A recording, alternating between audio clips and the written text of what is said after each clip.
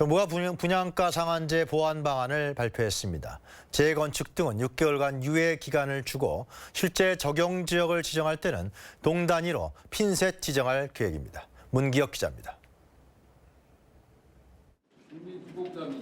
정부는 이달 말까지 분양가 상한제 시행을 위한 시행령 개정을 마무리할 예정입니다.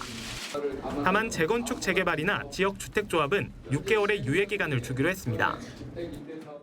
관리처분계획 인가를 받은 재건축 단지 등을 대상으로 시행령 시행 후 6개월까지 입주자 모집 공고를 신청하면 분양가 상한제 적용 대상에서 제외할 계획입니다. 실제 적용 지역을 지정할 때는 동 단위로 핀셋 지정을 추진합니다. 정부는 이번 분양가 상한제 보완 방안을 통해 공급 위축 등 부작용 우려는 최소화하면서 시장 안정이라는 정책 효과는 극대화될 것으로 기대하고 있습니다. 공급 위축의 가능성을 최소화했다는 점을 말씀드립니다. 오히려 그동안 지연됐던 분양이 앞당겨져서 시장 안정 효과는 제고될 수 있을 것으로 예상됩니다.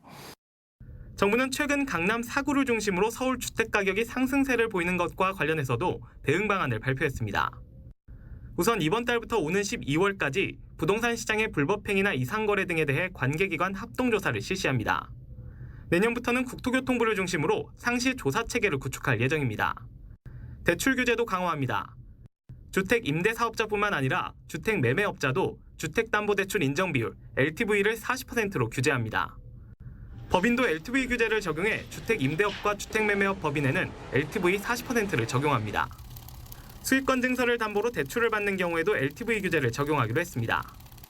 이와 함께 전세 대출을 이용한 갭 투자 축소를 위해 1주택자도 시가 9억 원을 넘는 고가주택을 보유한 경우에는 전세 대출 공적 보증을 제한합니다.